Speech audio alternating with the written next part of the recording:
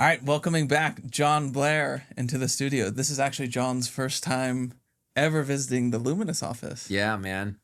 Our last episode must have gone okay because you invited me back. Well, more than that, I mean, we've been partnering together ever since then for a long time.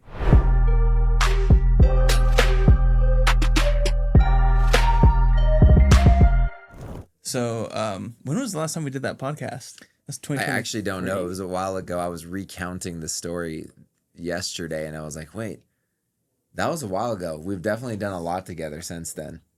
And I mean, it's actually fun to see how both of our businesses have evolved and grown in that short amount of time. It seems so coincidental because we're both solving the same problem, but two very different sides of it. So sure. Luminous is... We're the operations and systems side of things. You are the financial services side. And they're so intertwined. Like totally. One can't work without the other, which is why I think everything happens so authentically. Definitely. No, I mean, as I've talked with you about before, and a ton of people on our team at Free to Grow,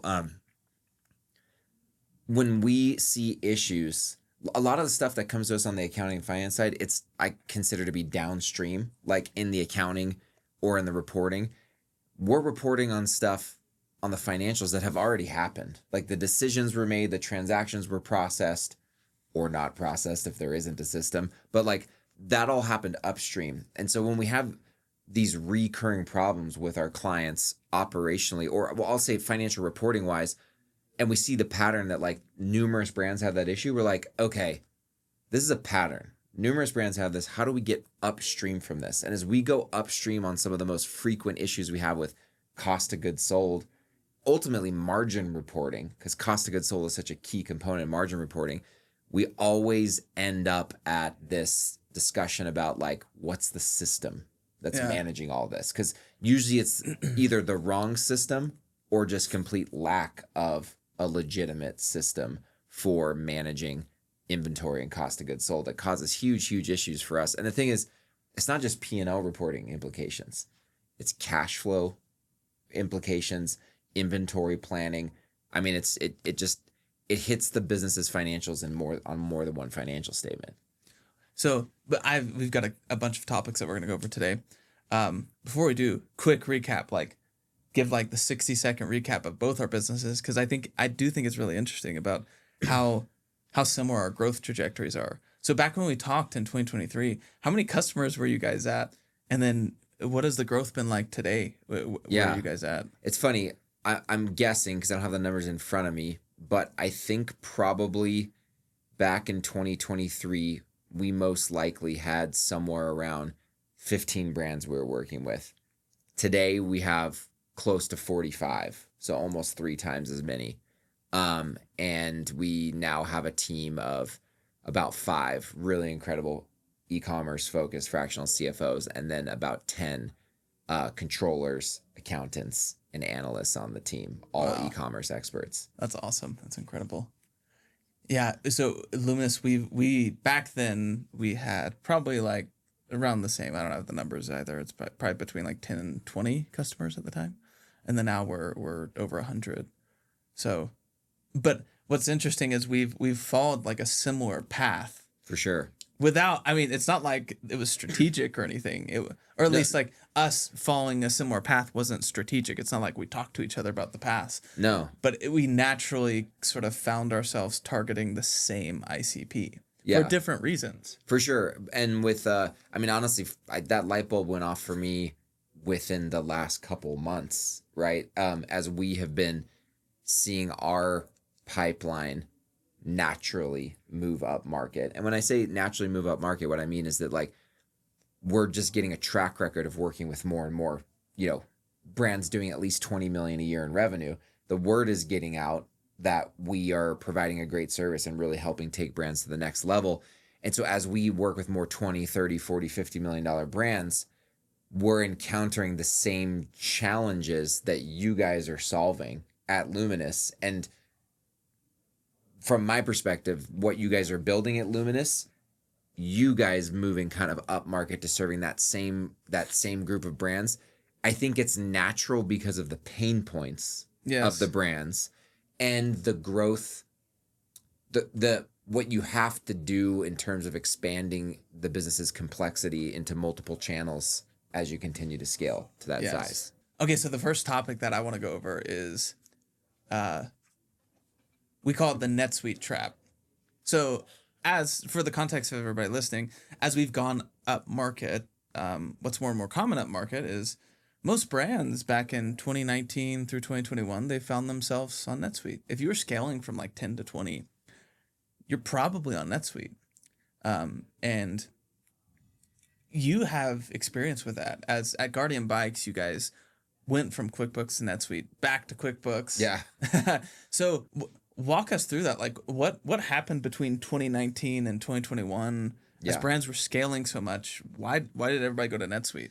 And then we can revisit from our perspective now, 5 years later. Totally. How is that going for everybody? So we were scaling fast before COVID, but then in 2020, Ecom exploded even more, and we're selling bikes. Bikes exploded because you couldn't do anything because everything got shut down. So everyone was buying bikes, even at physical brick and mortar retailers, people were buying bikes. So we were at the intersection of Ecom blowing up, of our business already growing, Ecom blowing up during COVID, and then bikes blowing up. And so the business went through the roof. As we started thinking about what 2021 was going to look like, we had to start thinking about like what systems in the business are going to break. And we did also know at that time, you fast forward to today, Guardian is a 9-figure brand and has a factory in Seymour, Indiana. We have several warehouses that we own and operate. And so we knew we were going to start a factory back then. And so, you know, our CEO was like, John, I need your help assessing like what system do we need to get on to support the business today, but that we can grow into as we turn into a manufacturing business, which we knew was going to take many, many years, right? And so I went to survey the landscape. I talked with, dude, I spent months. This was such a huge project. I think it took me probably 4 months just to do discovery calls and demos and research on like what options seemed to be available to us. So I talked to Acumatica, I talked to Dynamic 365, NetSuite. There might have been a couple other like obscure ones that I'm not thinking of. So there's a couple things that I think are in common with other brands who chose NetSuite in like 2020. And it's you guys were experiencing massive growth. Yep. So you were thinking that like, oh, this new demand. Totally. This is just the new norm for us. It's here to stay. Exactly. And you're like, we need something scalable. Yeah. Like this isn't working. Like we're going to go to 100 million. Now, Guardian did go to 100 million. But a lot of brands didn't. A lot of brands didn't after that. Especially 5 years later now, like the dust has settled. And so that's interesting. I think that's a common trend. No, for sure. That's a good point that like during that time, a lot of e-com brands were blowing up. And if you extrapolated the growth out in your mind, say 3 to 5 years, you're like, hey, I might be a 9-figure brand pretty soon here. And so the thinking, which this I would say is not faulty logic in and of itself, is that like, I don't want things to break on the way to 100 million. I don't want to get to 100 million and be like, dang, I should have done this a long time ago. I want to get out ahead of it, right? And so from my perspective, here were the things that sold us on NetSuite. One, they talk about this in the sales cycle ad nauseum. I mean, constantly. We're going to give you a fixed bid for the implementation. And they tell you everybody else is going to give you an estimate that's really hourly time and materials. And you always go over. And so like and mind you, because they said that to me, fixed bid, I spent weeks. I had multiple calls with them going over all of our requirements to absolutely confirm that all of our requirements were included in this fixed bid, because that was their selling point to us, right? The other selling point was, and we were talking about this morning, I can't for the life of me remember what this program was called, but they were selling at the time, they had a name for it, this, I'll call it, they pitch it as like NetSuite Lite, basically. It was for the lower to middle market. It was a web-based application. and they said it was trimmed down to like the core features that a brand of that size really needed, but you could easily bolt on the full scale enterprise level NetSuite functionality as you continued to grow. And they, if I remember correctly, they were starting the pricing like in somewhere around $2,000-$2,500 a month. And so yeah, like what I remember, was the pitch. It didn't. So there's like the advanced inventory management system. There's like suite analytics and stuff. It was just like this condensed version where it's like, see, like we can get you on, and then you can grow into it. And it sounds great. Like, oh wow, I can get NetSuite for $2,500 a month. It sounds great. The implementation was a nightmare. And like I've been through a couple ERP implementations before. Every ERP implementation is a lot of work. Like I'm not gonna no sunshine and rainbows here. Right. It's hard work. It is somewhat traumatic. Like even if it goes well in the end, it's a lot of work, and there's always unforeseen hiccups. There's no way around that. I don't care how good the company is that you're working with. It's just part of the complexity, right? But it was a lot worse than we thought it was going to be. And, the way that NetSuite controlled their cost on these fixed bids is we worked with a team in Manila in the Philippines. And they were the nicest people, but they worked all night long, local hours. I got to know several of them very well. It's just a group of implementation specialists in the Philippines. And, hard workers did the best they could, but very disconnected from the U.S. team that we bought NetSuite through, right? And so if you need to escalate anything, you're escalating it through this arm of the company that's in the Philippines. You're not escalating it through. And, I reached out to our sales rep a couple times, and he's like, yeah, let me see what I can do. But it's like he's got to figure out inside the organization how he really actually gets the problem solved. There's a big disconnect. So there's two sayings in SaaS businesses where like you don't want to be the biggest customer. But the inverse is also true. You don't want to be the smallest customer. For sure. And the thing is, even if you're a $100 million brand on NetSuite, like you're a small fry to NetSuite. Totally. That's why they give you the Manila team for implementation. It's totally. You want the $2,500 a month package. And 100%. And so we ended up, the implementation took way longer than we thought. I don't know how long it actually took, because I actually left Guardian and started Free to Grow CFO while it was still going on. We thought it was going to be done by the time I left, and it wasn't. But I stayed close to it because my controller, who kind of took over from there, he now works for Free to Grow CFO. So he shared the war stories, but it went like 6, 7, 8 months longer than they thought, and they still could never really get the inventory data. They never got the outcome they wanted on costing and financials and stuff. And so a year later, they just canceled the contract or canceled the renewal and just moved themselves back to QuickBooks Online and moved on from there. So I want to go over, because all of the details in between that are so important.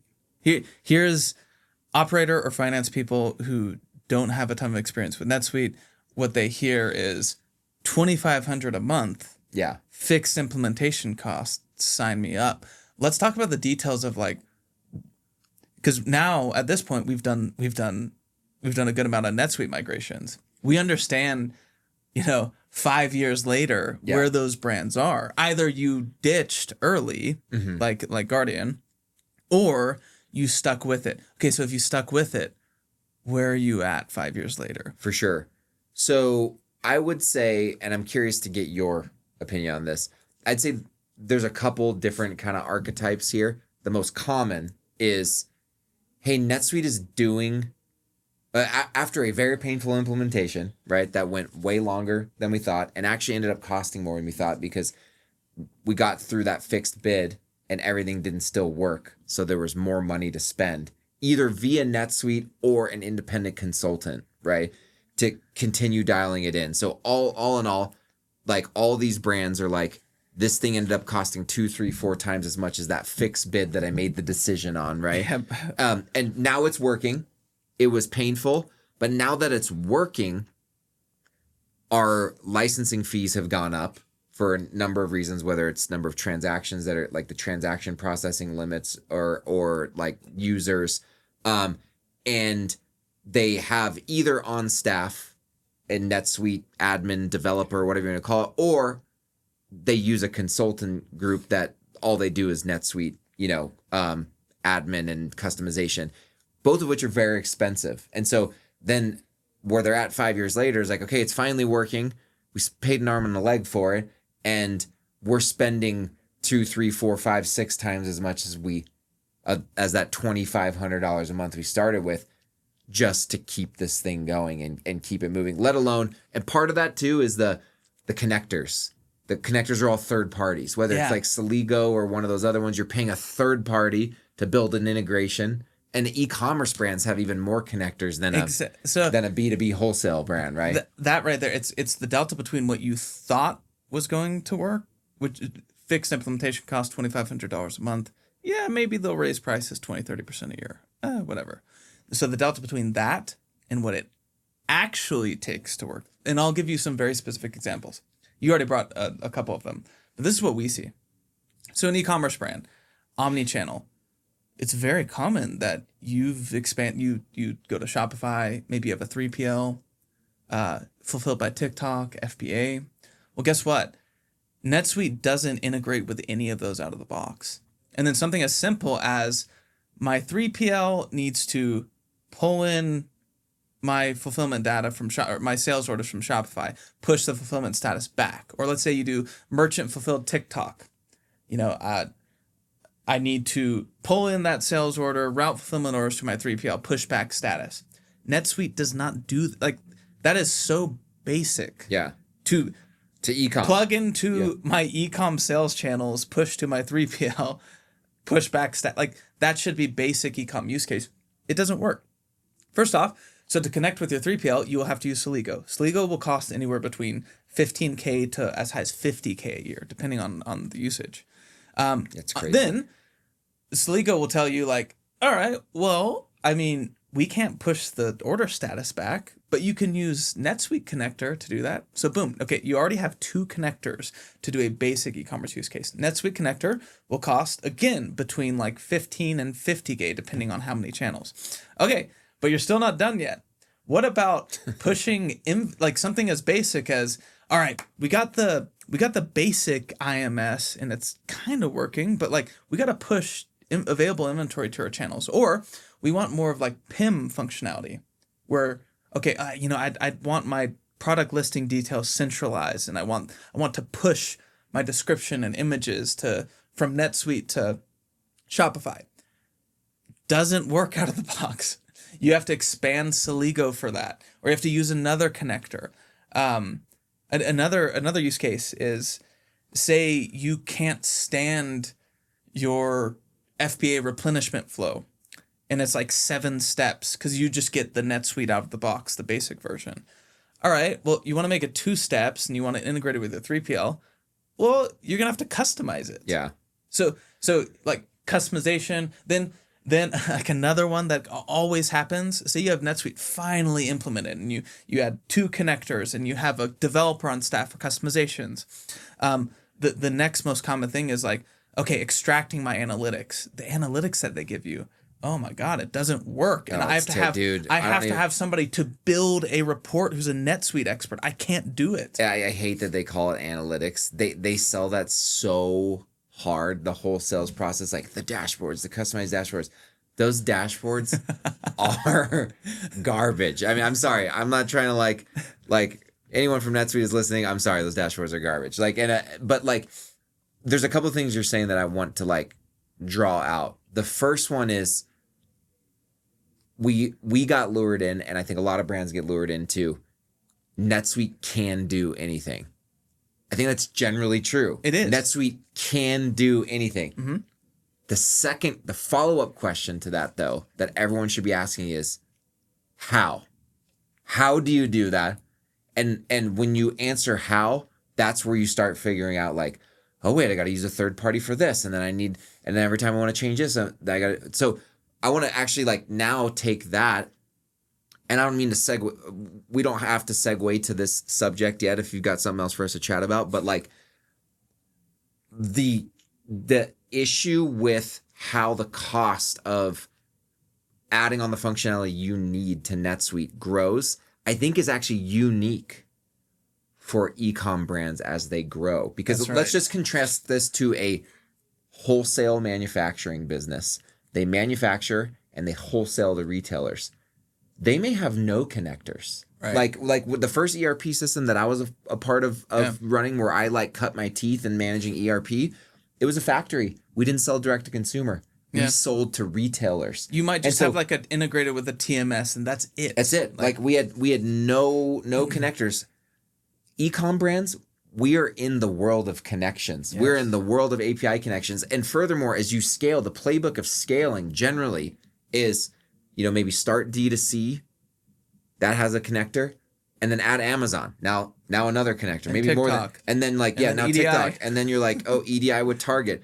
And so the point I'm making is, if you're scaling from say 10 million to 100 million, and you're adding on all these channels, each of which has at least one more connector, there's a very unique problem that multi-channel ecom brands have on NetSuite that not all other business models have on NetSuite. And so I think what we're seeing 5 years later is like the aha moment with all these brands of like, we didn't grow as big as we thought, and we didn't think, and I don't think NetSuite thought about like what a brand's monthly cost is going to look like all in if they're ecom multi-channel.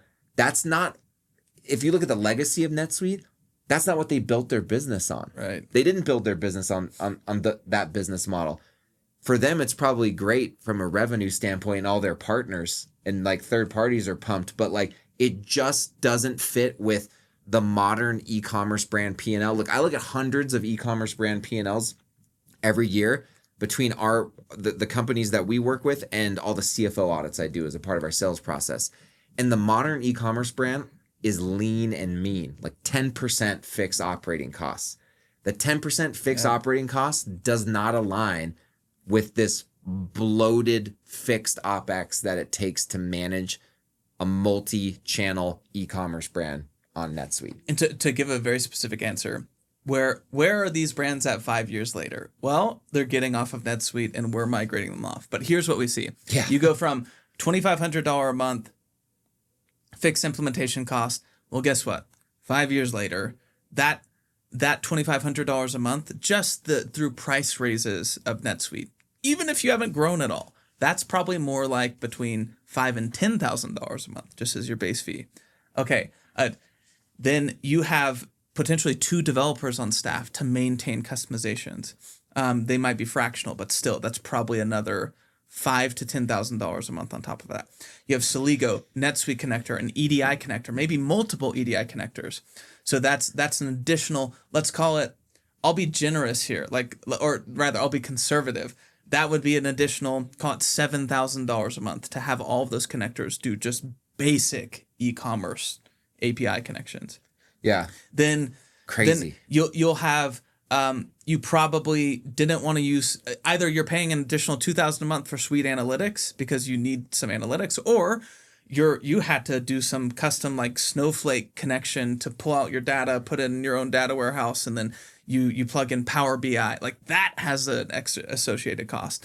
You might have a NetSuite sort of like admin that just teaches you how to do stuff that will cost, like we see it all the time. Yeah, totally. They're on like common. A salary $5,000 to $7,000 a month. Anyways, so to just give you that answer, you go from $2,500 a month to an all-in cost of like $20,000 to $30,000 a month. So just anybody considering NetSuite, if you're mid-market e-commerce, just understand that what they're pitching you isn't what it's actually going to take to get the value you're being sold on. So we've at this point completed a couple NetSuite migrations, quite a few, and we have a bunch more in the pipeline. So I mean, after talking through the NetSuite problem, or I guess why brands reasonably chose NetSuite back in late 2010s, where they're at 5 years later, we've sort of found this offering that's really hitting right now. And it's the fact that Luminous and Free to Grow, we give people the expertise to right size your tech stack. Yeah. And that's key. Like you can't just. Actually, this is a question I would have for you. Do you think this is something, getting off of NetSuite and Celigo and all of the, the ecosystem of tools and the NetSuite, going from the NetSuite ecosystem back to like a right-sized tech stack, QuickBooks and an IMS and whatever else, do you think it's something that a brand can just spearhead on their own? Not unless they have the right talent on their team.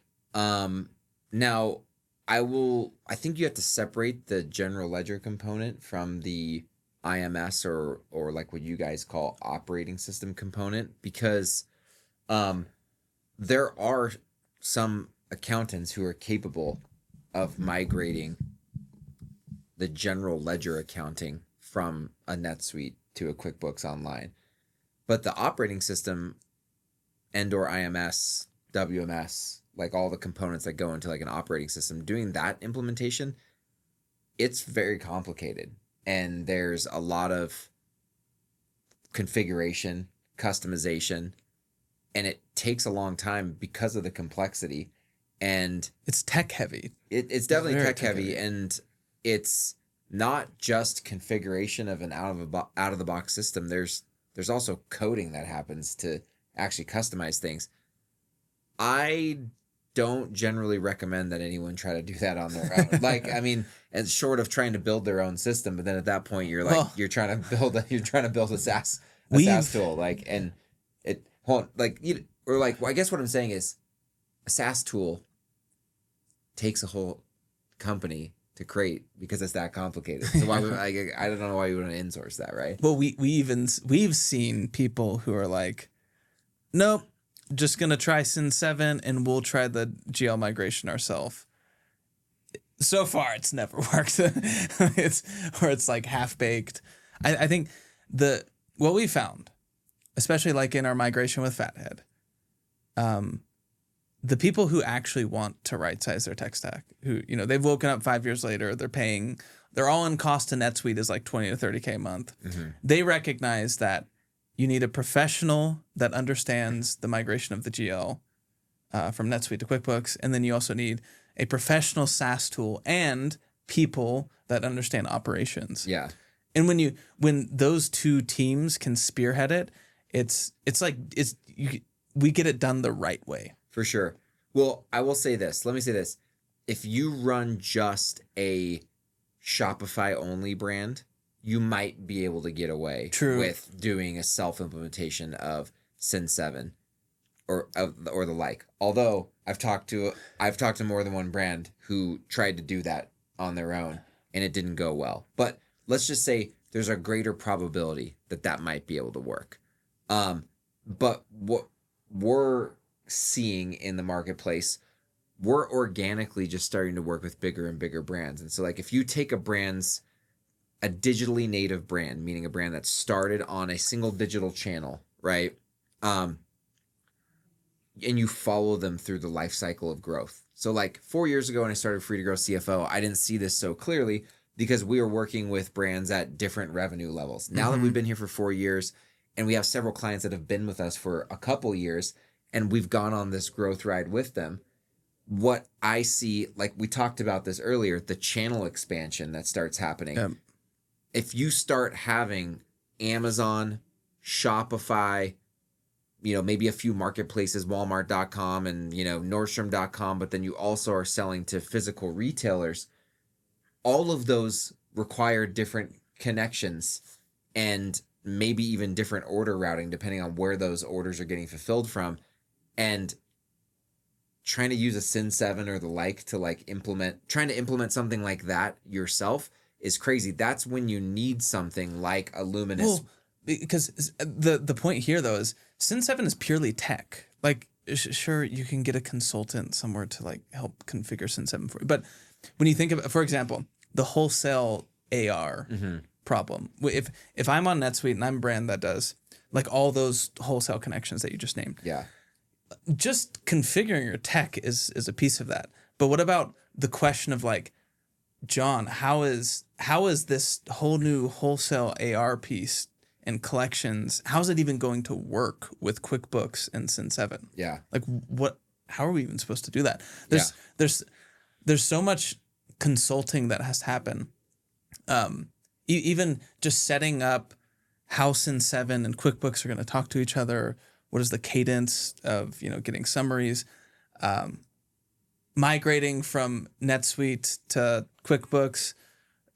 When do you do trial balances versus like all of the transactions? Yeah. It's like there's a lot. There's a lot to consider, and it's unlikely that you have people in your team. Here's the thing: if you have a good finance team and you have a good operations team, what are they likely really good at? Being operators. Being a good operator is quite likely not the same exact skill set as migrating and configuring and setting up your tech stack. Yep. Like, it's just not the same skill set, right? And so you got to be mindful of that. I always think about I think a lot of people, let's just even outside of Ecom, just like business owners, consulting. You hear a lot of times that consulting is expensive. Consultants are expensive. Well, it's like consulting is all about capturing the value of a very concentrated and focused area of expertise for a time, right? And going much further in a short period of time than you would have gone by using a generalist to figure that thing out. And so that's in essence what we're talking about here, is the difference between an operator and a true consultant, and utilizing consulting to get a focused expertise in a specific area to get things set up the right way so that you're set up for success going forward. Yeah. When you said that I think what you get with the Free to Grow and Luminous migration team is you get two sets of specialists. You get essentially Ecom omni-channel finance specialists who understand NetSuite and QuickBooks. For sure. They get it. And then with Luminous, we understand everything that NetSuite and Celigo and your EDI connector, everything they're doing. We get what Luminous is going to do, maybe what other tools will do, and together we just spearhead that migration. Well, actually, I wanna just elaborate on that for 1 second, because Matt, a guy named Matt on my team, he heads up our QBO migrations right now. My former controller from Guardian Bikes. We developed the process together, and it's interesting because you say that you were talking about e-commerce, finance specialists. When he is helping me scope out these migrations, you know what he's asking me, because he is and has been a controller for e-commerce finance companies. He's like, hey, Jon, we got to make sure that we understand if they want us to set this up so that they can tag P&L transactions to sales channels. Because he's like, I, as a controller for the ecom brands that I handle at Free to Grow, I know that we need to see sales channel P&L visibility. So he's not just some random consultant saying oh yeah, I'll move your data. He's a controller who actually closes the books for several clients and has done for years in the ecom space. And he knows what brands need to see for the reporting to be helpful. And so he questions sometimes the setup that we should be doing, which allows us to ultimately, make sure that we offer to brands, when we're trying to scope out these migrations, hey, do you need to see sales channel visibility? Because that's very common, right? And so we can ask that up front and make sure that we set things up properly so that they have that reporting they need.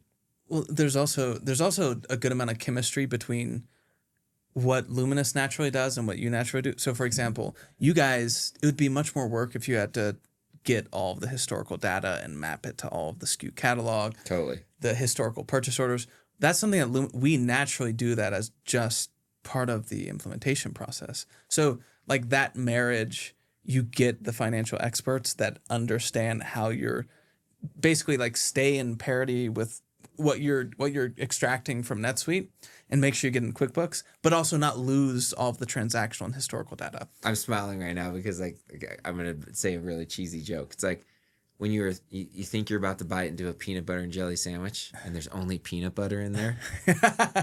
Luminous and Free to Grow CFO is the full peanut butter and jelly sandwich, and it tastes way better than just peanut butter or just jelly. Sorry, I had to do it, man. Another part that I would add, and like that's what we experienced with Fathead, for example. It was both teams getting together, spearheading towards one unified go live, and yeah, they've been happy and live for months now. We're doing more. We've got a lot more on the pipeline. The last thing I would say, for example, we just kickstarted Value Pet Supplies. Oh, oops. We just kicked off Value Pet Supplies. So you guys are doing the GL migration. Luminous is doing the migration of all the operating tech. Part of the scoping out on the operating tech side was, okay, you guys use Celigo to not only push all of your orders from Shopify and Amazon into your WMS, but you also have to use another NetSuite connector to push back the order statuses.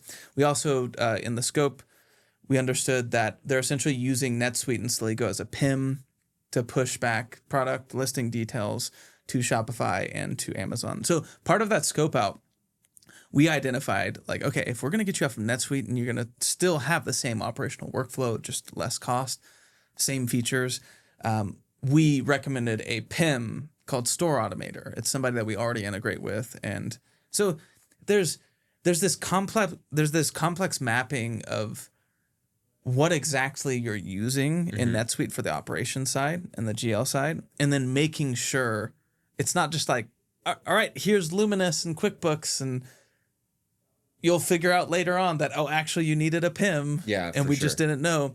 We scope all of that out from the beginning, and we spearhead whatever tools you're going to need to get to the other side. Like, we will make sure that we will make sure that happens in the migration. For sure.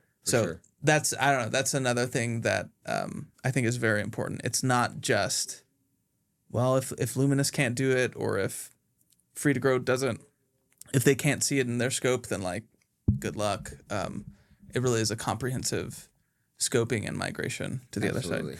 This brings up another question. What companies actually need an all-in-one? So like we've dogged on NetSuite for omni-channel e-commerce now, but in the reality is NetSuite is an amazing tool. It's incredible. It can basically do anything if you put enough money into it and time. So what company actually does need NetSuite in your opinion? Yeah, so there is a use case for it. You probably think up to this point, if you've been listening to all this, that we just think that there's no use for NetSuite, and that's not the case. It's just the market that we are focused on. It generally is the exception, not the rule. We have a couple of brands that we work with successfully that are on NetSuite, but they do what I call complicated manufacturing, complex manufacturing. So what does that mean? Let me differentiate it from simple manufacturing. My definition of simple manufacturing is effectively assembly, or sometimes you might call it kitting, meaning you buy and stock components.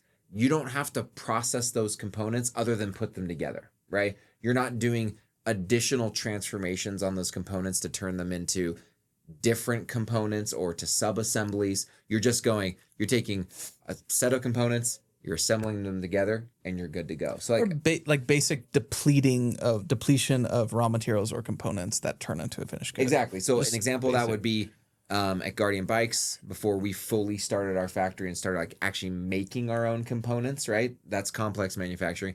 We were importing containers of bike parts. A container had a complete a bike's worth of components, but we were not making any of those components. All we had was an assembly line where we picked the bill of material for a single bike and we assembled it, right? That's simple manufacturing. That you can even get away with a Luminous, like you can definitely do like that kind of stuff in a Luminous. Complex manufacturing is where you start introducing things like you're making components. So for example, I used to be the head of finance at a factory in Southern California that made decorative plumbing fixtures.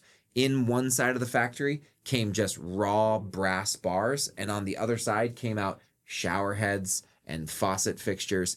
And there was multiple processes. We would send parts to a machine shop, and there'd be a work order where just a raw piece of brass becomes an unfinished part, just made out of brass, machined. That then goes to a plating shop where they'll plate it in one of many different finishes. Then it goes to a polishing shop where it gets polished. Then it might get assembled onto something else and then put away and stocked as a sub-assembly.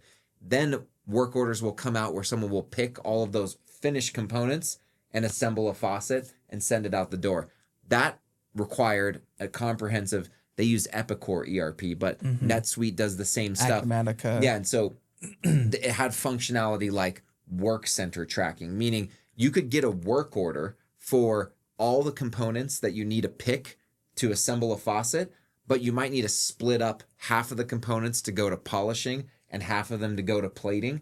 And so that work order's BOM actually gets split apart, and there's things called shop travelers that get printed out, and you actually scan them with the barcode so that you can actually look up in NetSuite at any point in time, oh, the components for this work order are, these ones are in plating, these ones are in polishing, this one just exited polishing.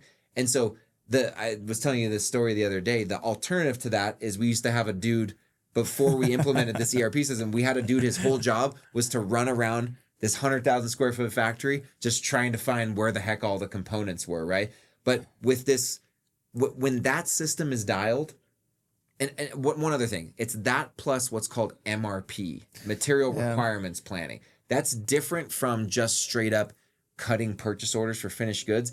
MRP takes multi-level bills of materials and it identifies if a part, it will take a demand plan and it'll say, here's everything you need to purchase and make and then assemble to fulfill this demand plan. So you get automatic purchase orders pushed. Yeah, you get all kinds of stuff pushed. The stakes of not having the full visibility of what's in process and what that actually means. Yeah. Like what assemblies and sub-assemblies are not finished, what it's going to take to build the sub-assembly.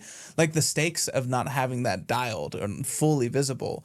Oh, it's like it could be massive. You'll be constantly out of stock or under purchasing, over purchasing. All kinds you of have things. to have the full visibility from start to finish of all of those stages. So complex manufacturing, those being examples, NetSuite and the like, you should, not could, you should implement if that's your situation. We have one brand we work with, does about 40 million a year in revenue.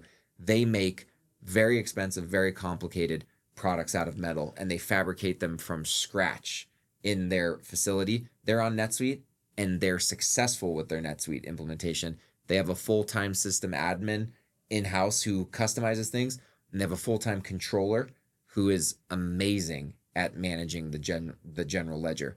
Those are like kind of non-negotiables for them, though. Yeah. They wouldn't be able to make it without that. Mind you, it was a very painful implementation. It took well over a year. It cost a lot of money, but the juice is worth the squeeze 100%. For them.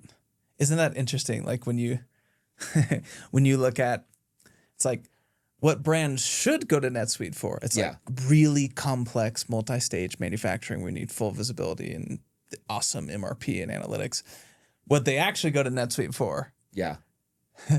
API connections. Totally. To Ecommerce. Exactly. And it's like that. They don't do that at all. I will say one other potential, and this one, like, I'd be a little more cautious if you think this applies to you, like, actually maybe call me to confirm, right? But like, if you're truly a multinational business, when I say truly, because we work with plenty of brands that have Shopify stores in multiple countries. That's not a true multinational business. That's like you just have a Shopify store where you sell in other countries. You may have FBA stores. That I'm talking about, you own your own factory in another country, or you own a distribution arm of your business in another country, right. But you're a consolidated entity and you actually need to have multi-entity, multi-currency across, and you're doing like transfers of inventory between entities. Like you might need a NetSuite for that. Not guaranteed,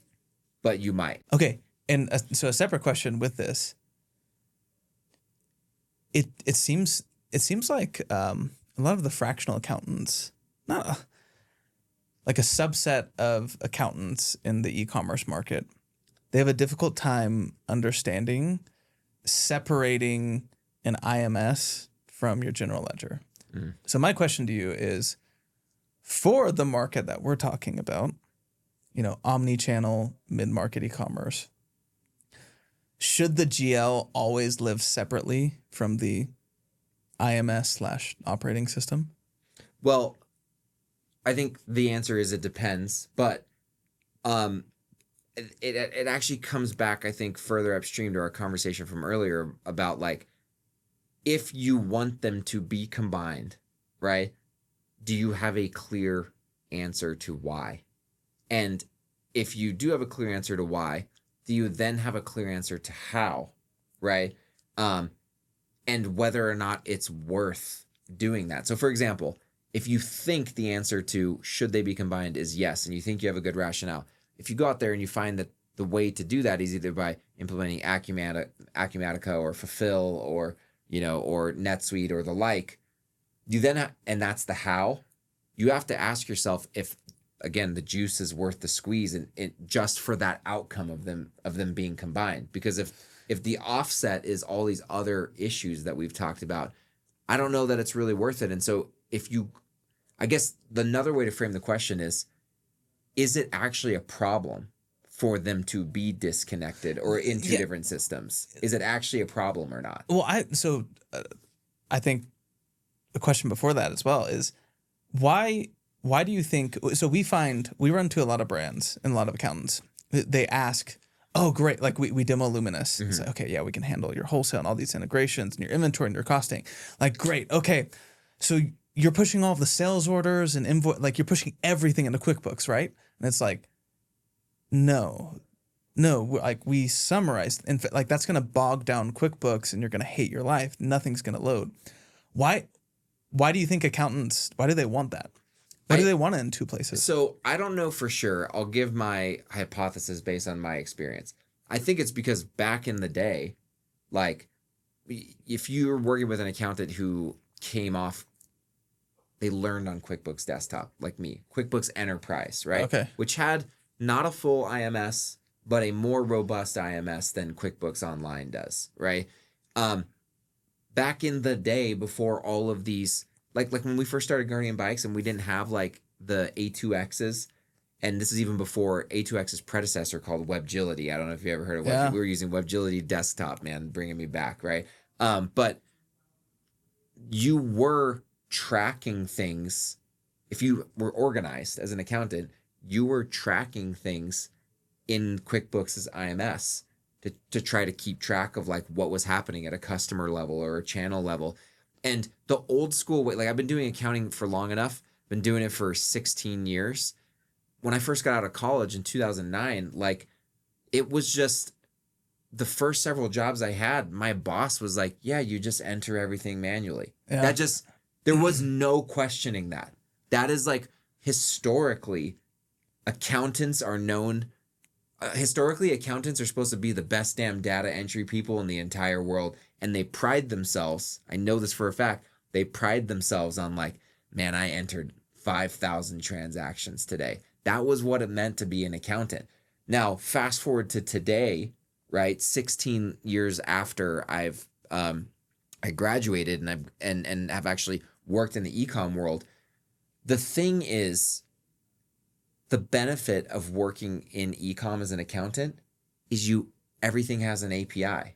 That wasn't the case back in the day. 30 years ago, everything didn't have an API. So yeah, you did record all the detail transaction by transaction. Mm-hmm. That was how you had the analytics available, was that accountants worked their butts off entering in every single transaction, all the detail.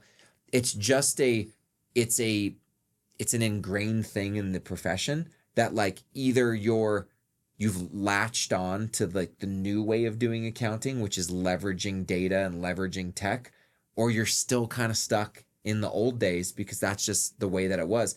And believe it or not, there's still a lot of accountants that are stuck in their old ways. But I will say furthermore, the other issue is when you bring in accountants who haven't been in e-commerce for a long time. Right. I've been in e-commerce for about 10 years.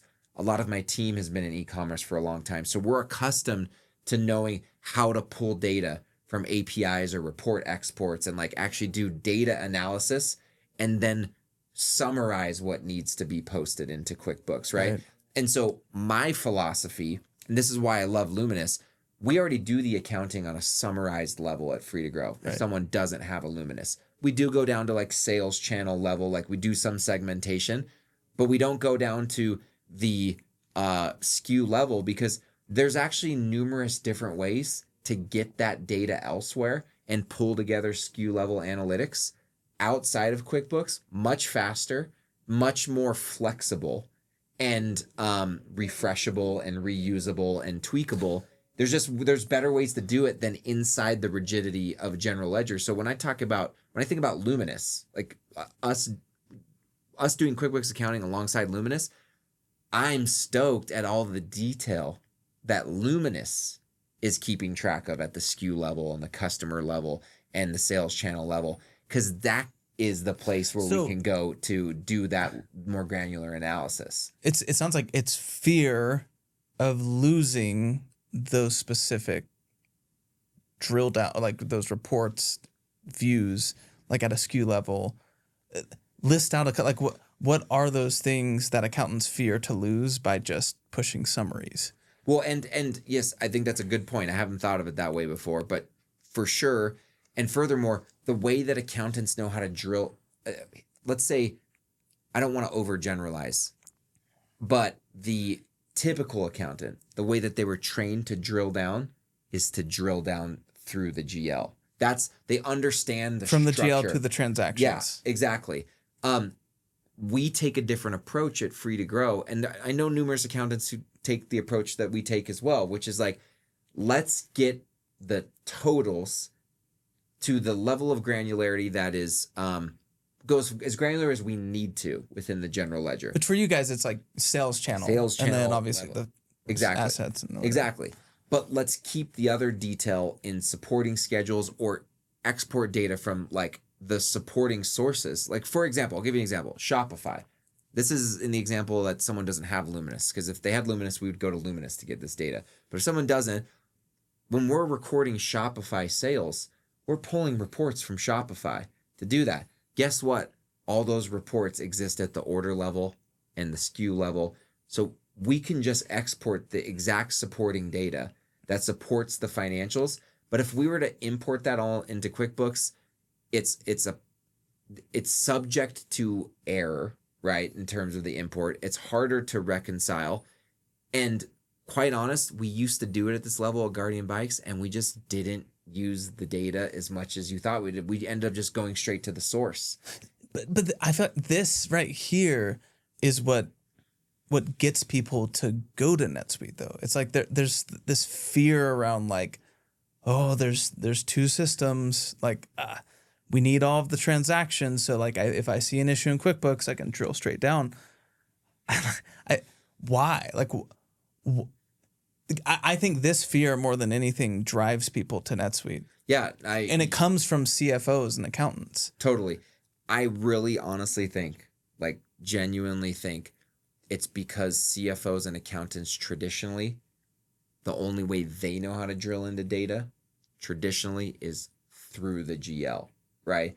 But I think there's a new way of doing accounting, which is like you can close the books faster by summarizing everything and teach and have your accounting team go directly to the sources of the data that drove those summaries to do further analysis. That's what we do. And you know what? Here's the outcome. This is what's important. This is the outcome and the value to the brand. We close the books faster, more accurately, so we can get to insights quicker, right? And here's the thing. When you talk about, I think of this hierarchy of analysis. Accountants traditionally love to start in the weeds to try to then see the forest.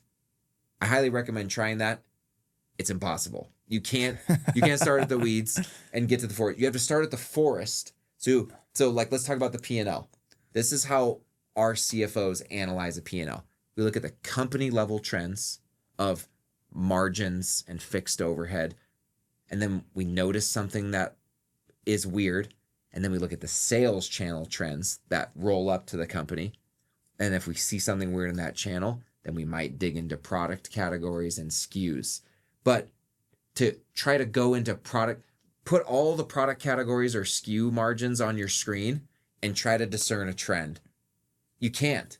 It's impossible. It's overload for our human brains. So you need to start up high and then drill down from there. So what that looks like practically, if we're talking about QuickBooks and Luminous, look at the QuickBooks P&L to assess margin and overhead trends. Notice something weird, then go to the QuickBooks sales channel P&L to look further. Notice something weird, go to Luminous and look at the margin data for that sales channel. So this reminds me, Brendan and I were having a conversation with an accountant, with a CFO, and he was a NetSuite person, and we were trying to understand his rationale behind this conversation right here. It's like the question was, but why do the transactions have to be there? Why can't you just log into another system like you just said?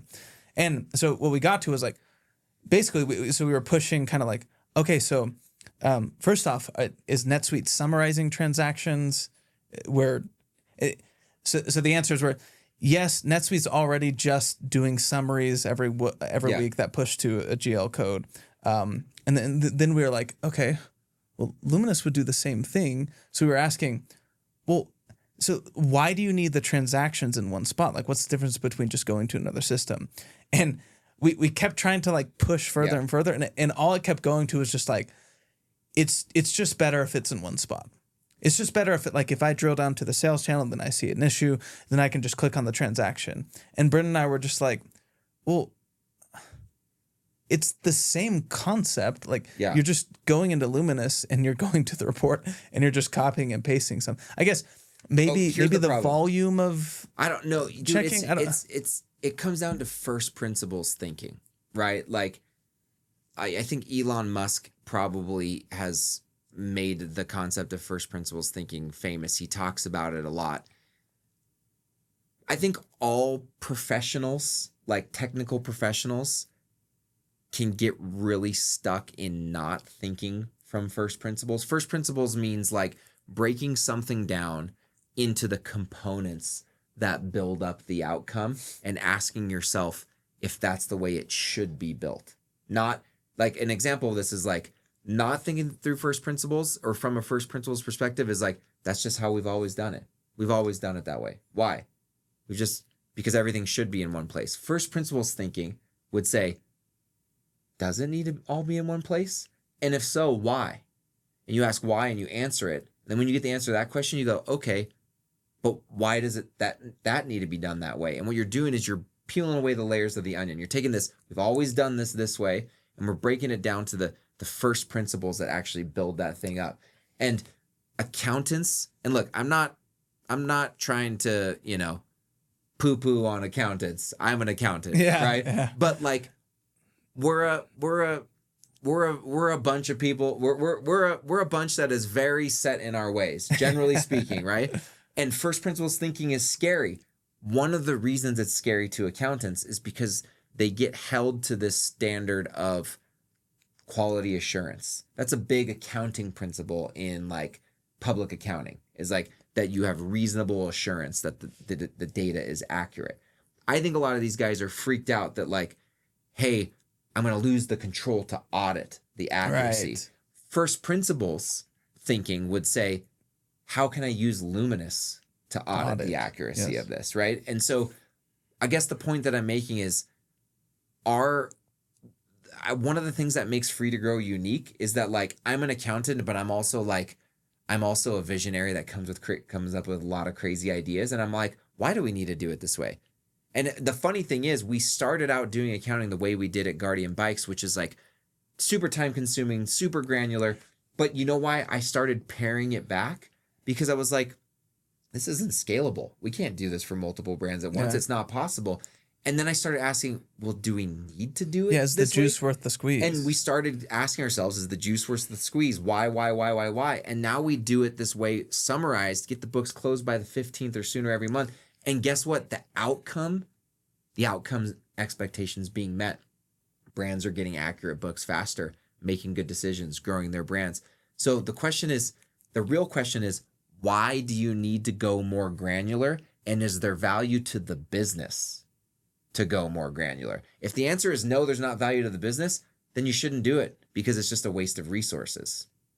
So this is my last point, and we can close off on this topic. But I also think on the flip side, so one side being we need an all-in-one so that I can audit from the top of my GL all the way down to the transactions. Like, so there's that mindset. But then on the other side, you do have like the super glued, like half-baked Sin 7 implementation with spreadsheets and ShipStation, and it didn't plug into your 3PL, and then they didn't have the FBT integration. So like I get, like they conflate, Luminous, like, but I'm gonna have to like log into my 3PL and get, like, they're thinking like super glued mess. Yeah. When like, no, there actually is an operating system or an IMS that will plug into all of your stuff. Yeah. Like it does exist. So I'm just saying, like, I want to throw that out there. I do understand people probably get so sick of like Fishbowl and Sin 7, like, and all these things that don't fully work. Totally. Like they don't have all of your transactions. Totally.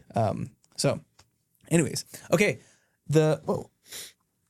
Last topic that I want to go over is at Luminous, we always talk about the gap between NetSuite and QuickBooks. That's more tech.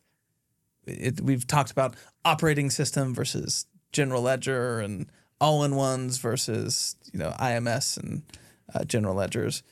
So I'm curious. Free to grow. You guys are solving a gap in the market. And it's something that we've realized over the past 3 years or so.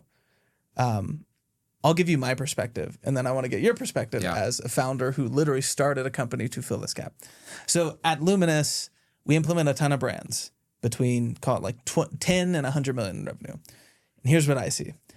Either you have a $1,500 a month bookkeeper that closes the books, and the founder thinks that they're the CFO, and they're not. Yeah. And basically, one day you have a CFO, like a six-figure salaried CFO, and you implement NetSuite. Like there's no in between. It's either you have a $1,500 bookkeeper that's just struggling to close the books. CEO thinks they're the CFO, and then one day you don't. There's like nothing in between. Like there is a huge gap. So what I see is a spectrum of misguided allocation of accounting and finance resources. And I would agree that like on one side of the spectrum is a mediocre bookkeeper that may be called all kinds of things. Bookkeeper, finance manager, VP of finance, CFO, but they're just a bookkeeper. Like literally they're just keeping the books. They're usually doing it wrong. And I'm not trying to say that with hubris. Like usually they're doing it wrong. And then on the other side of the spectrum, I'll actually say is a CFO and a full in-house finance team. So it's like CFO with a controller and then some amount of accountants under that controller potentially. And what I find is that there's no thought there. Very few brands are thinking really hard about like, what are the outcomes that I need functionally from my finance team at each stage of growth? Like, what am I missing in terms of like financial driven insights and decision-making tools to get me to the next level? And so what we find is this massive gap of like in between those two endpoints of the spectrum, a misallocation of different versions of accountants, CFOs, and analysts at the wrong time without thinking about like, what do we actually need? Well, break it down. So the omni-channel brand that we've talked about, that's on D2C, wholesale, like a bunch of retail connections. They have a bunch of wholesale AR that has to be collected and managed, bunch of revenue recognition. What are the functions that you have to fill? Yeah. So let's start first. And what the way I'll define this is an omni-channel. This is a digitally native brand. So a brand that started on Shopify and or Amazon and is now doing 20 to 40 million in revenue. And they have a growing wholesale business. Mhm. The other channels might be growing too, but they're seeing more growth potential in wholesale than maybe those other two channels, or maybe it's about blended and even. Can I add in one more complexity? If their purchasing has started to get a little bit more complex, For like sure. maybe they buy components or raw materials. For sure. They want landed cost. Yeah, so that needs, look, I'm hard, I still haven't found a brand that truly needs what we consider a CFO to be full-time. I have brands that have someone full-time that they call a CFO. They usually are really a controller, right? And so just to say, like, think you probably, the first full-time finance hire you probably need is probably more akin to an accountant or a controller. Long before you ever need a full-time CFO. But that aside, fractional CFO, and the CFO is focused on their primary goal is focused on strategy and looking forward and advisory. I hate saying the word advisory because it makes it sound like a law firm or something like that.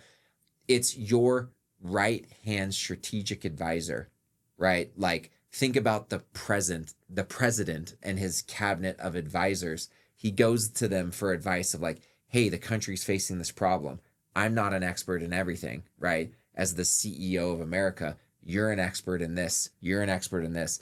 Your CFO is your financial strategy expert. So they're responsible for assessing the risk and reward, the potential risk and potential reward of all the bets that the business places as it's scaling. That is the primary strategic objective of the CFO. So they're there to go, are we placing risk and reward, what I call risk adjusted bets? We're adjusting our bets for the risk inherent in them as we purchase inventory, as we scale ad spend, as we expand into new channels, as we hire new people, as we maybe vertically integrate. Their job is to sit down with the CEO and say, okay, I see that we want to do this. Here's the risk. Here's the bet we need to place and like what the financial investment is. And here's the performance I need to see as the CFO for this to be a good allocation of the company's capital that doesn't put us at too much risk as we're growing. Inherent in that are the tools that the CFO uses to do that. Projection models that project the P&L and the balance sheet and the cash flow statement. Different models that get into different areas of the business to assess things like marketing performance, inventory health, things of that nature. And then their job is to help look at the capital structure of the business, which is what most people don't realize about capital structure. That's just, are we funding the business with debt or equity? That's how simple, that's what capital structure is. They're looking at that at all times, and they're saying, is it healthy to protect owner wealth creation? Should we leave capital in the business? Should we leave retained earnings in the business? Should we borrow money, or should we take money out and pay it to the owners? And at all times using that as a risk mitigating tool alongside being a wealth creation tool. That is what a CFO is supposed to do. Notice I didn't say anything about accounting or closing the books or anything. Reconciling transactions. Now, does it mean that the CFO is also the head of the finance team? So if there's a problem with the month-end close process, or there's problem with personnel, and they're having issues further down in the department, yeah, they are the coach and the leader and help the team down below them to problem solve, but their job is not to be hands-on to that. Next, right beneath them is the controller. The controller is the owner of accounting, and I'll call it the spreadsheet jockey, like the spreadsheet support to the CFO. And so it's not just spreadsheet, but the analysis support to the CFO. So they own the closing of the books process, which usually, if you work with Free to Grow, they have an accountant underneath them. So the accountant underneath them is the one doing the heavy lifting on the data entry, the reconciliations. The controller is overseeing, reviewing, making sure, like doing a cursory analysis, QA, to make sure that the output is actually accurate. And then they're owning the data that gets passed up to the CFO to do their strategic analysis. So like financial modeling and things of that nature.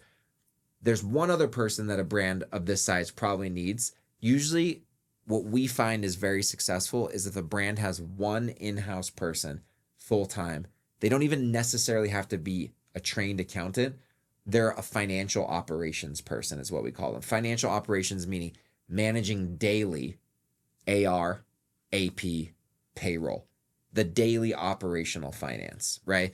And the reason why we recommend a brand of that size, omni-channel, growing with wholesale, having that person in-house, is because invoicing happens all the time, daily basis almost, right? AP can happen all the time. Right. Your fractional team, CFO, controller, and accountant, they're still working with you day in and day out, but they're not in-house dealing with those nuanced things, right?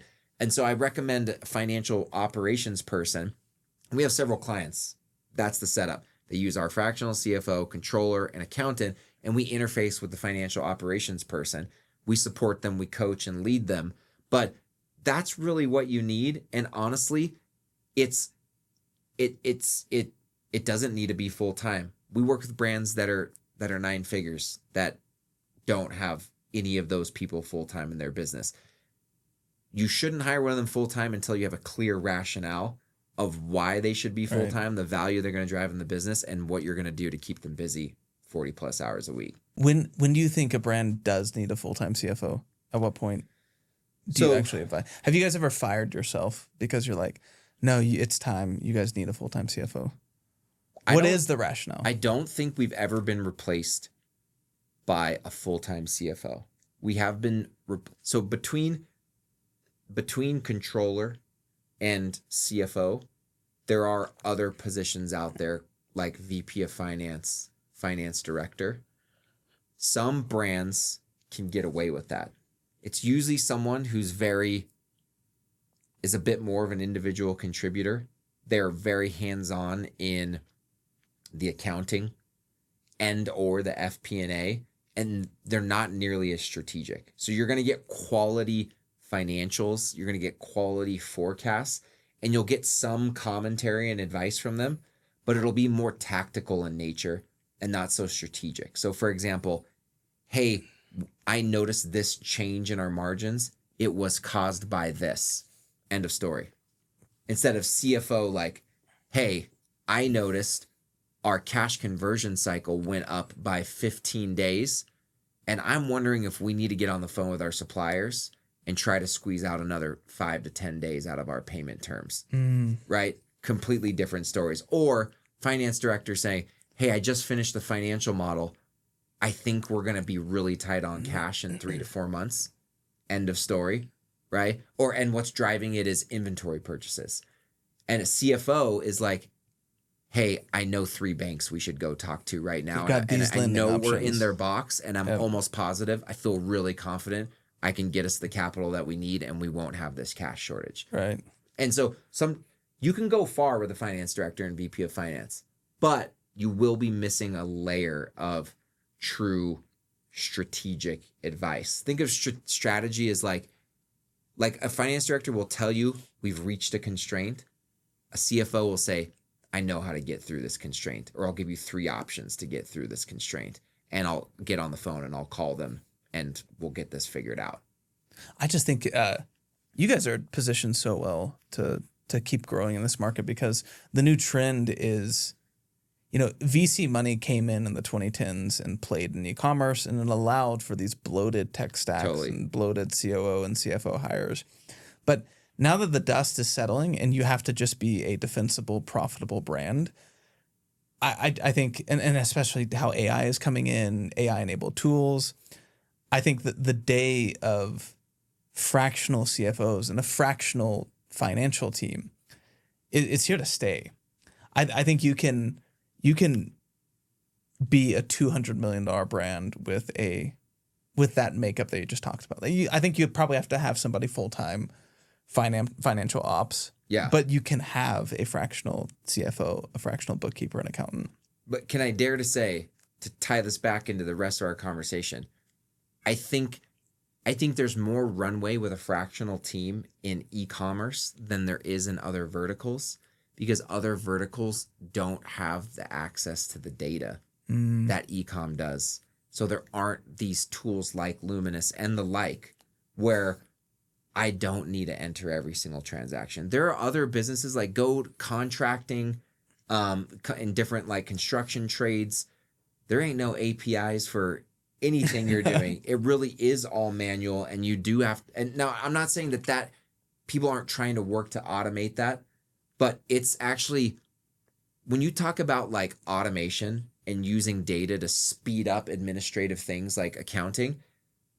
I personally believe my take is e-commerce is light years ahead of most other verticals because everything we use has an API. That's not true of every other vertical out there, right? And so because of that, you can access data through these different platforms and exports, and you can go really far, really fast with a part-time fractional team who automates the crap out of stuff and can just get straight to advisory because the data is readily available. Whereas in other verticals, it's like you do need to pay someone to like keyboard mash and enter a bunch of stuff and reconcile it and then say, okay, here's what's going on. So I think that you uniquely have longer runway. And I didn't know that when I got into this business, but I've realized like, no, we can definitely ride with 9-figure brands. I think another place where you might need a full-time CFO is when you're looking to try to do a really big exit or go public. Oh, that's a good if you want to go public, you do need a CFO who knows how to take companies public. I want to be straight up about that. Like if someone's going public, I will tell them, no, free to grow is not the fit. It's highly regulated, and you want someone who has done that before, and ideally someone who's done it multiple times. All right. That's where you probably need a full-time CFO. Yeah, we, especially as we're going up market, we have yet to acquire like $100 million plus brand that has. There is one brand. They have a CFO, but I'm pretty sure he was just recently fired. I don't think we have a brand that has a CFO that's above $100 million in revenue. I gotta be honest, and I'm not saying this to like scare anybody or like, doomsday theory, but if you're in e-commerce and you're a CFO,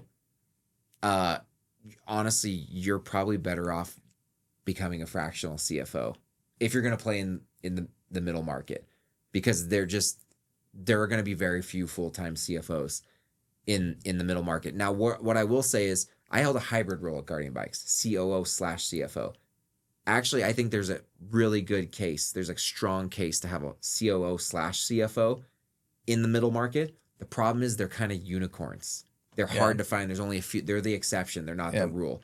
So if you can find that, great. But you're fighting for a small talent pool and an expensive person. That's actually a great point right there. It's the hire to make would be the unicorn COO CFO.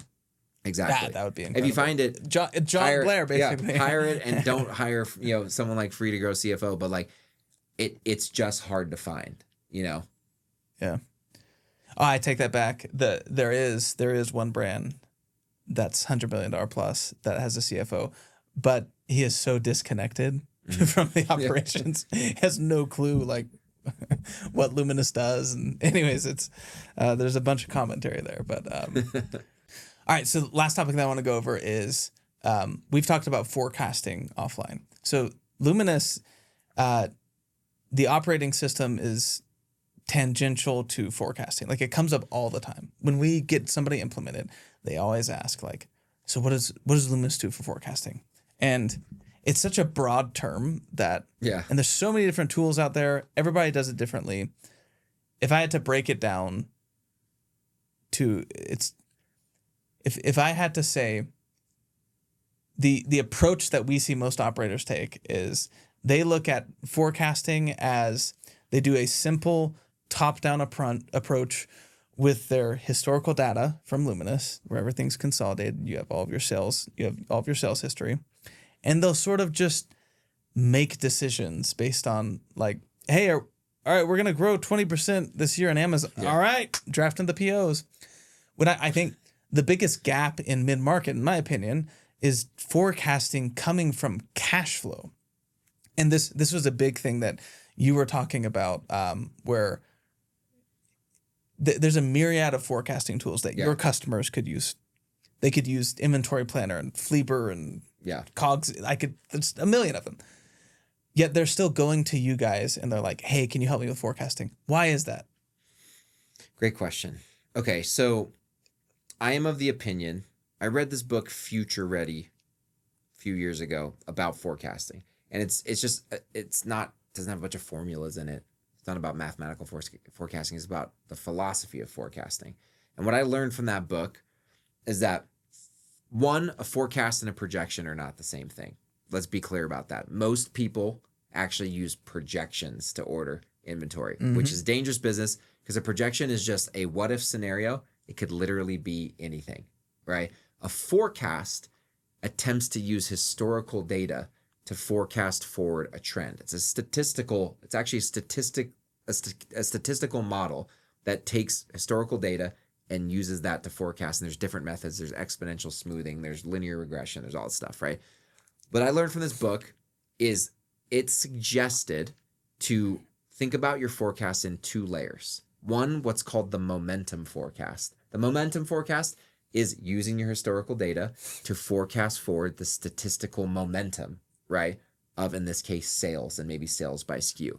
Then that's layer one. So that's your base forecast. Then there's the intervention forecast. The intervention forecast is, well, this data last year doesn't take into account that we're doing this brand new promotion in October this year. So we're going to put a momentum or an intervention layer. We're intervening on the momentum forecast by doing this promotion, right? Or we're intervening on this by launching a new product, right? Or by cranking up ad spend, right?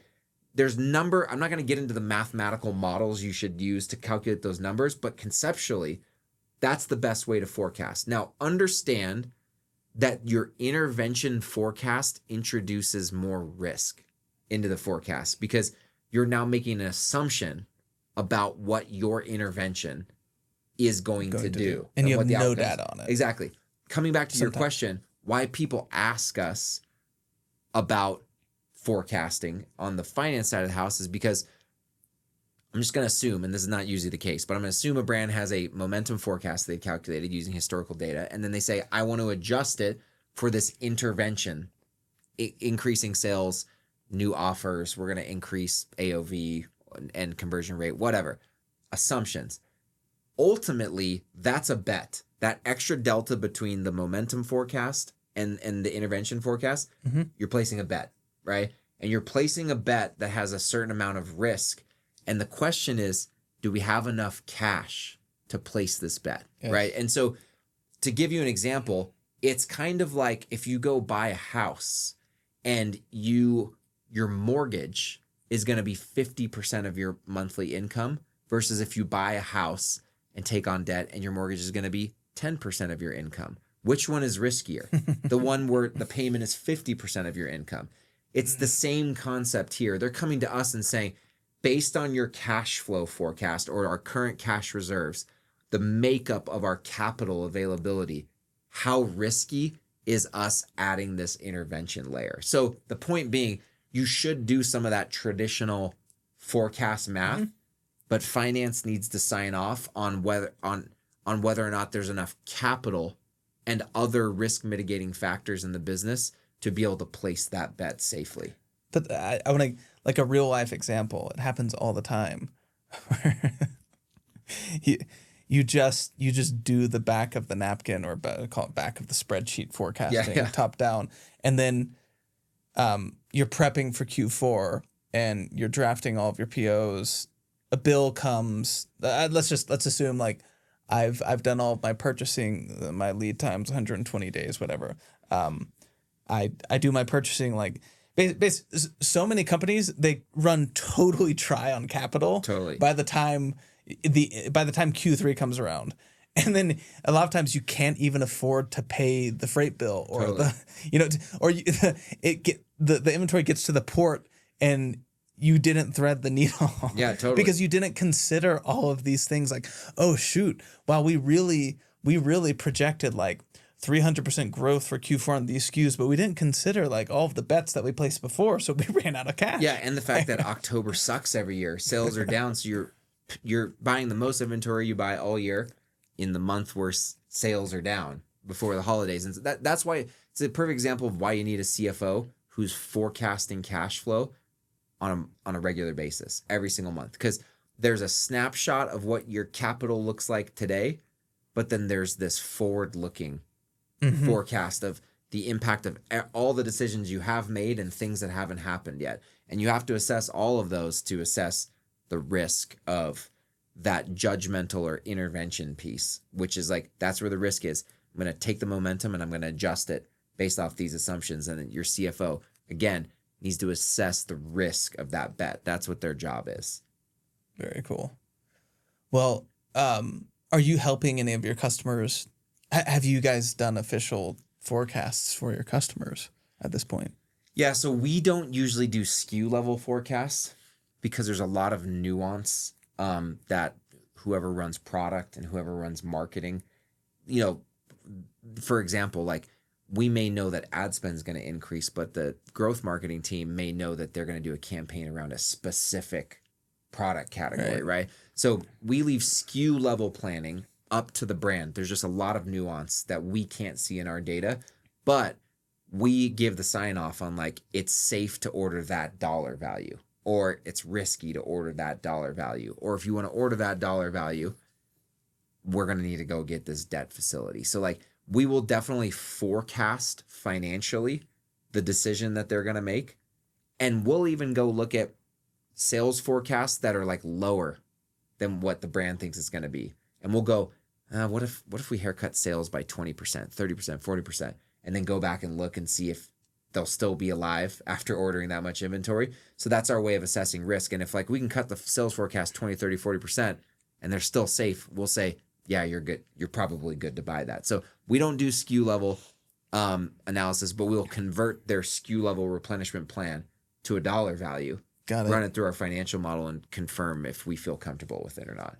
Do you guys work in tandem with a inventory forecast? Like what did you call it before? The two types of forecasts. Oh, like the momentum forecast and so like, will you basically tell them like, oh, you guys could use inventory planner for to get your momentum, or your Google sheet to get your momentum forecast and then run it by us? For sure. Like it depends on the brand and the resourcing that they have internally. Like we're not like huge fans of any of those tools. Mostly just because they're all like self-implementation and like it's just so easy to mess them up and garbage in, garbage out. But we want to get more integrated. Like we don't know whether or not we'll get into actually like helping create demand forecasts, but we want to figure out a way to get more involved there because so many financial commitments end up happening in that exercise or the lack thereof. I will say what we do at the financial level is we will look at the aggregate sales or the sales by channel that is being forecasted by somebody else, and we'll run it against historical financial data to assess year-over-year change, month-over-month change, and assess like, well, how much ad spend do we think we'd have to spend at our marketing at the ROAS that we see historically? So we'll sanity check assumptions using our financial statement data. It may not say why they're wrong at the SKU level, but if someone brings us a forecast, we'll look at it against our historical trends on the P&L and we'll go like, we've never achieved this kind of growth before. I need to hear more from you about why we're going to achieve this and how. And so we definitely sanity check at that level. Okay. Very cool. Well, it's been a while since we've done this, man. Yeah. Where can everybody find you? Because I know you started a new podcast with one of your marketing agencies that you guys work with. Yeah. So I host one podcast, co-host another.